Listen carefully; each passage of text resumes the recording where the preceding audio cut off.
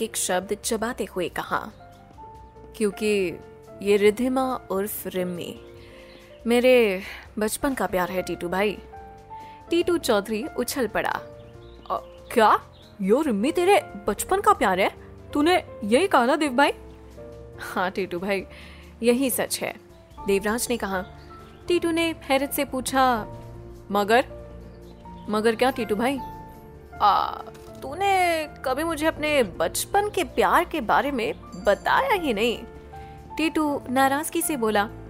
देवराज हंसकर बोला, अबे जब मैंने तुझे अपने बचपन के बारे में ही नहीं बताया तो बचपन के प्यार के बारे में कहां से बताता? टीटू झुंझलाकर बोला, हाँ यो बात तूने बिल्कुल सही कही। कितनी अजीब बात है कि जिसे मैं अपना भाई मानता हूँ उसने आज तक अपने बारे में मुझे कुछ बताया ही नहीं। देवराज ने फिर उसे समझाया। नाराज क्यों होता है टीटू भाई? आज तक मौका ही नहीं आया था, अब आया है तो बता दूंगा। टीटू उसे धमकाने के अंदाज में बोला, बताना तो अब तुझे पड़ेगा ही, अपनी एक एक बात बतानी पड़ेगी तुझे। देवराज ने हथियार डालते हुए कहा, बता दूंगा टीटू भाई, बता दूंगा। टीटू अधीर होकर बोला, तो चल अब जल्दी से शुरू हो जा। देवराज ने कहा, मगर यार पहले चाय वाय पी लेने दे, खाना वाना खा लेने दे, फिर रात को बात करते हैं ना। वैसे भी इस समय बहुत थका हुआ हूँ मैं। टीटू ने हामी भरी और कहा, चल ठीक है, मगर रात को पक्का। हरिओम चाय और साथ में नमकीन बिस्कुट ले आया। देवराज ने हरिओम से पूछा, तूने अपने लिए चाय नहीं बनाई हरिओम? हरिओम ने कहा, नहीं भैया जी, मैंने अभी पी थी। अच्छा शाम के खाने में क्या बनाऊं? देवराज ने मुस्कुराकर कहा, इस बारे में तेरे टीटू भैया ही बताएंगे। टीटू ने ठहाका लगाया, आज तो बड़ा दिन है, हमारे देव भाई ने हमें भाभी पसंद कर दी है। आज दावत मेरी तरफ से होगी। हरिओम होटल से बढ़िया खाना ले आ। हरिओम खुश होकर बोला, ठीक है भैया जी, बताइए क्या क्या लाना है। रात को देवराज और टीटू एक ही कमरे में एक ही डबल बेड पर बैठे बातें कर रहे थे। टीटू उत्सुकता से बोला, अब जल्दी शुरू हो जा, अपनी उस लंबी इमोशनल और उलझी हुई प्रेम कहानी को बताना शुरू कर जो तूने मुझसे अब तक छिपाई है। देवराज ने कहना शुरू किया, टीटू भाई ये कहानी आज से 20 साल पहले की है, जब मैं सिर्फ 9 साल का था और ये रिद्धिमा और रिम्मी भी मेरी हमउम्र ही थी। हम दोनों एक ही क्लास में पढ़ते थे। टीटू ने चौंक कर पूछा, अगर तुझे इतनी पुरानी बातें याद कैसे हैं? देवराज फिर गंभीर स्वर में बोला, दिक्कत यही है टीटू भाई, मुझे अपने बचपन की हर बात याद है, मैं कुछ भी नहीं भूला हूँ। टीटू ने कहा, ठीक है, अब बोलता चला जा, चल बोल। देवराज ने फिर कहना शुरू किया, रिम्मी के पापा जी जीडी चौधरी मेरठ के रहने वाले थे। उनकी दिल्ली मेन रोड पर बहुत बड़ी प्रॉपर्टी थी, जिसमें एक पुश्तैनी मकान भी था जो धर्मशाला जैसा बड़ा था। टीटू ने हैरानी से पूछा, मतलब? देवराज ने फिर उसे समझाया, मतलब वो बहुत बड़ा था, उसमें 20 कमरे थे, बड़ा सा आंगन था और वो एकदम मेन रोड पर था। बाहर की तरफ दुकानें बनी थी और अंदर कपड़े का एक छोटा सा कारखाना था। टीटू ने पूछा, और तू वहां कैसे था, क्योंकि तू तो मुरादाबाद का रहने वाला है ना? फिर देवराज बोला, मेरे पापा जी उसी कपड़े के कारखाने में मैनेजर थे, इसीलिए हम वही रहते थे। टीटू ने कहा, समझ गया, अब आगे बोल। देवराज ने बताना शुरू किया, मैं और रिम्मी एक ही मॉन्टेसरी स्कूल में पढ़ते थे, साथ खेलते भी थे। स्कूल से आने के बाद भी रिम्मी मेरे घर आ जाती थी, कभी कभी मुझे भी अपने घर ले जाती थी। टीटू फिर हंसते हुए बोला, अरे वाह, मतलब पूरी दोस्ती थी, है ना? अच्छा फिर? देवराज मुस्कुराया, रिम्मी बहुत सुंदर और जिद्दी थी, एक बार जो ठान लेती वही करती, यहाँ तक कि स्कूल बैग भी मुझसे उठवाती थी वो। टीटू ठहाका मारकर बोला, गजब यार, इसका मतलब कि रिम्मी भाभी ने तेरी रेड बना रखी थी। देवराज हंसते हुए बोला, हाँ, और मेरी मम्मी भी उससे बहुत प्यार करती थी। जब रिम्मी मेरे घर आने के बाद वापस जाने को तैयार नहीं होती तो मम्मी मजाक में कहती कि तुझे दर्श के साथ रहना है तो शादी करनी पड़ेगी। टीटू ने पूछा, फिर? देवराज ने कहा, रिम्मी झट से हाँ कर देती थी, वो कहती थी कि हाँ मैं दर्श से शादी करूंगी। मम्मी हंसती, मगर रिम्मी अपने फैसले पर टिकी रहती थी।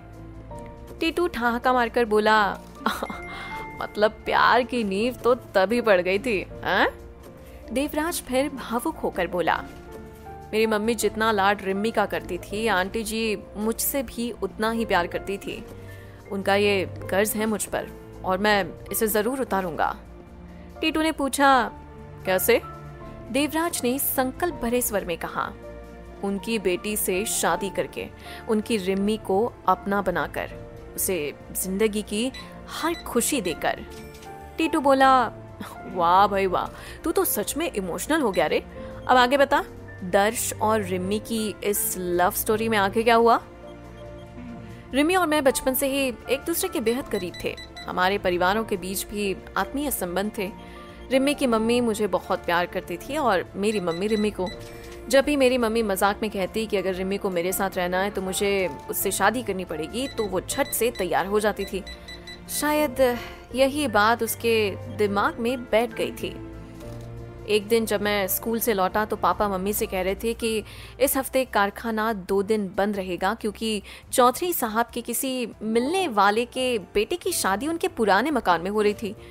मैंने ये बात रिम्मी को बताई तो उसने तुरंत कहा, अरे ये तो रमेश भैया की शादी होगी। फिर अचानक उसके चेहरे पर शैतानी चमक आ गई थी। उसने कहा, देख दर्श, तेरी मम्मी कहती है कि मुझे तेरे साथ रहने के लिए तुझसे शादी करनी होगी, तो बस इस शादी में हम भी शादी कर लेंगे। मैं घबरा गया। पागल है क्या रिम्मी? मम्मी मारेगी। रिम्मी ने शरारती अंदाज में कहा, अरे नहीं, किसी को पता नहीं चलेगा, हम चुपके से शादी करेंगे। शनिवार को रमेश भैया की शादी में मैं अच्छे से देख लूंगी कि शादी कैसे होती है, और फिर इतवार को जब मकान खाली होगा तब हम वहां जाकर शादी कर लेंगे। मैंने डरते हुए कहा, नहीं, मैं मम्मी को बता दूंगा। रिम्मी ने तुरंत धमकाया, खबरदार तूने किसी को बताया तो तुझे विद्या रानी की कसम है। अब मैं असमंजस में था, अगर मम्मी को बताओ तो कसम टूटेगी और अगर ना बताओ तो पता नहीं रिम्मी क्या कर बैठेगी। मैं यही सोचकर परेशान था कि एक दिन शादी का दिन आ गया। कारखाने की छुट्टी थी और शादी की तैयारियां जोर शोर से चल रही थी। बड़ा सा टेंट लगा था, स्टेज सजा था और मेहमान आ जा रहे थे। मैं शादी में व्यस्त था, लेकिन रिम्मी पूरी शिद्दत से शादी की रस्मों को देख रही थी। उसने हर चीज को ध्यान से समझा, जयमाला, अग्नि के सामने बैठना और फेरे लेना, सब कुछ। फेरे खत्म होने के बाद जब दुल्हन की विदाई हो गई तो मेरी मम्मी घर आ गई, लेकिन रिम्मी की मम्मी कुछ और समय के लिए वहीं रुक गई। रिम्मी मेरे घर आ गई और छत पर जाकर खेलने लगी। तभी उसने उत्साहित होकर कहा, देख दर्श, मैंने देख लिया है कि शादी कैसे होती है। मैंने पूछा, कैसे? बस 3 चीजें करनी होती है। एक दूसरे को माला पहनानी होती है, अग्नि के सामने बैठना होता है और फिर उसके चारों ओर घूमना होता है। मैं घबरा गया। अरे नहीं, मम्मी को पता चला तो बहुत मारेंगी। रिम्मी ने आत्मविश्वास से कहा, नहीं पता चलेगा, हम पुराने मकान में खेलने के बहाने जाएंगे और चुपके से शादी कर लेंगे, वहां कोई भी नहीं होगा। पर माला कहाँ से लाएंगे? मैंने उसे पूछ लिया। पत्तों की माला बना लेंगे, बाकी का सामान मैं ले आऊंगी, तू बस तैयार रहना। और खबरदार अगर तूने किसी को बताया तो तुझे फिर से विद्या रानी की कसम है। ये सब सुनकर टीटू ठहाका लगाकर हंस पड़ा। वाह यार, कमाल थी अपनी रिम्मी भाभी भी। फिर मैंने गंभीर स्वर में उसे कहा, कमाल नहीं, बवाल थी। और इस बार जो बवाल करने जा रही थी वो सचमुच बहुत बड़ा था, जिसने हमारी कहानी को एक अनोखा मोड़ दिया। अगले दिन इतवार था। स्कूल और कारखाने दोनों की छुट्टी थी। नाश्ते और दोपहर के भोजन के बाद पापा कहीं चले गए थे और मम्मी मुझे घर पर ही पढ़ने की हिदायत देकर रमेश भैया के यहाँ चली गई थी, जिन्हें नई बहू की मुंह दिखाई करानी थी।